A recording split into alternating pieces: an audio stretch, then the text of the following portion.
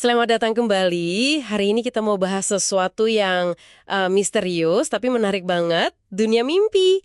Kita dapat materi menarik nih dari Anda. Ternyata mimpi, apalagi pas tidur REM, itu bukan cuma bunga tidur biasa ya. Betul sekali, bukan sekedar bunga tidur.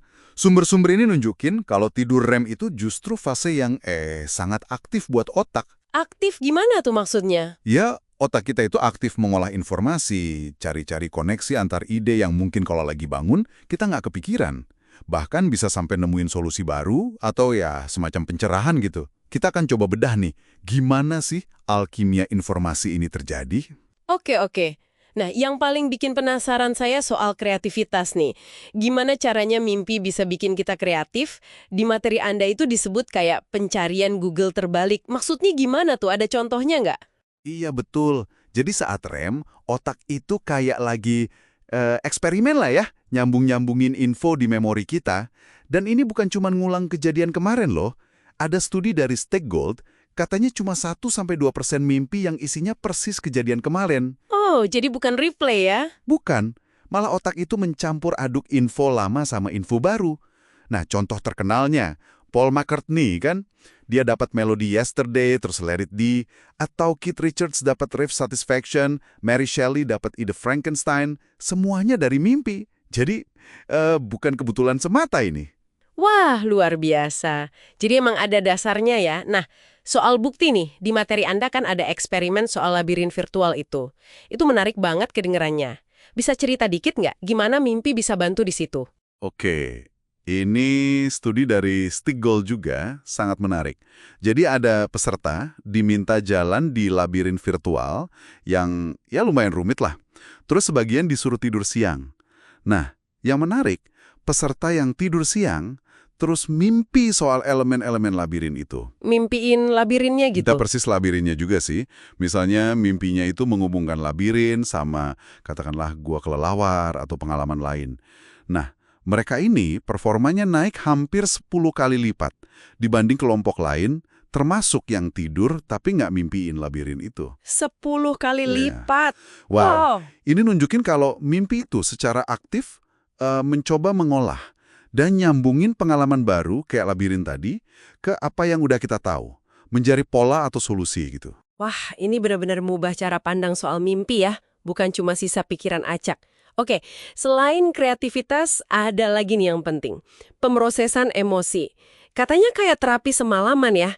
Gimana cara kerjanya? Ya, ini fungsi krusial lainnya dari tidur REM. Jadi gini, pas REM, kadar zat kimia stres, namanya noradrenalin, itu turun drastis di otak. Noradrenalin, yang bikin kita deg-degan itu ya? Betul, yang aktif pas kita lagi stres atau waspada. Nah, pas REM, kadarnya rendah. Ini bikin otak bisa memproses ulang pengalaman yang emosional atau menyakitkan, tapi tanpa beban emosi yang sama kuatnya kayak pas kejadian. Jadi kayak membersihkan ingatan dari sengatan emosinya gitu. Pantesan kadang kalau habis tidur masalah kemarin rasanya agak ringan ya. Tapi gimana kalau kasus PTSD? Kan malah mimpi buruk terus, mekanismenya keganggu dong. Nah, itu dia. Ada teori kuat dan ada bukti klinisnya juga, seperti yang dibahas di sumber Anda. Diduga pada penderita PTSD, kadar noradrenalin ini tetap tinggi, bahkan pas tidur REM. Jadi lingkungan kimia otak yang harusnya tenang buat terapi, malah nggak tenang. Oh, jadi traumanya keputar terus dengan emosi penuh. Kira-kira begitu. Makanya pengalaman traumatisnya terus muncul jadi mimpi buruk. Menariknya, ada obat namanya prazosin. Obat ini nurunin noradrenalin, dan terbukti bisa ngurangin mimpi buruk pada veteran perang dengan PTSD. Ini nguatin ide kalau kondisi kimiami otak pas REM itu penting banget buat pemrosesan emosi. Jadi walau kita belum bisa ya kayak di film-film gitu, ngontrol mimpi sesuka hati. Belum sampai sana. Tapi kita udah mulai paham fungsi pentingnya buat kreativitas dan pemulihan emosi ya. Oh ya, di materi juga disinggung soal teknologi scan otak MRI yang bisa ngintip mimpi. Iya, betul. Teknologi kayak fMRI itu memungkinkan peneliti lihat pola aktivitas otak pas orang lagi mimpi.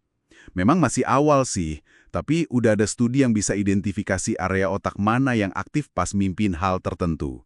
Misalnya area visual aktif kalau mimpinya banyak gambar, atau area motorik kalau mimpinya banyak gerakan. Bahkan ada yang udah coba menebak kategori umum isi mimpi, kayak mobil atau orang, cuma dari pola otaknya. Wah, keren banget. Belum bisa baca detail ya, tapi udah langkah besar. Iya, langkah besar buat memahami gimana otak kita ngebangun dunia mimpi itu. Oke, jadi apa nih kesimpulan utamanya buat kita semua? Jelas ya, mimpi itu bukan sekedar gambaran acak, tapi kayak ruang kerja mental yang vital. Tempat otak kita berkreasi, cari solusi, sekaligus memproses emosi. Tidur REM ini jadi kesempatan emas. Betul. Mengingat fungsinya sepenting ini, mungkin ada baiknya kita mulai sedikit lebih perhatian sama mimpi kita ya. Sumber-sumber ini kan nggak ngajarin cara ngontrol mimpi, tapi pemahaman ini memunculkan pertanyaan penting buat direnungkan. Jangan-jangan ada wawasan atau solusi kreatif yang kelewat karena kita sering abai sama isi mimpi kita. Coba deh renungkan tema atau emosi di mimpi Anda. Nggak perlu interpretasi rumit ala Freud juga. Siapa tahu itu bisa jadi kunci buat pemahaman diri atau ya ide brilian berikutnya. Sesuatu untuk Anda pikirkan.